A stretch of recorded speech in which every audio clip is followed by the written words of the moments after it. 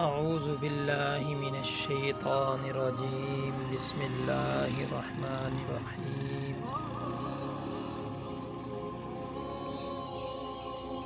रसूलुल्लाह सल्लल्लाहु अलैहि वसल्लम ने फरमाया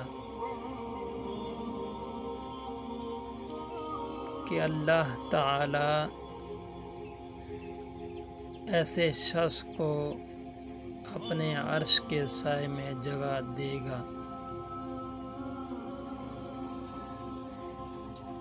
जिसने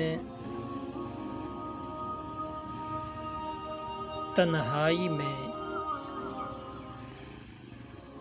अल्लाह का ऐसा जिक्र किया कि उसके आंसू जारी हो गए। सही बुखारी शरीफ के अंदर ये हदीस मुबारक मौजूद है।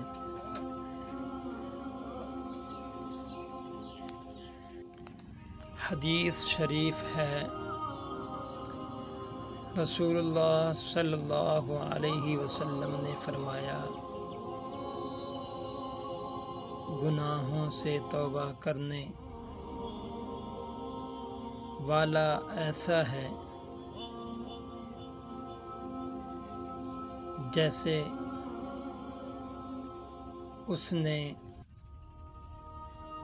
गुनाह किया ही ना हो।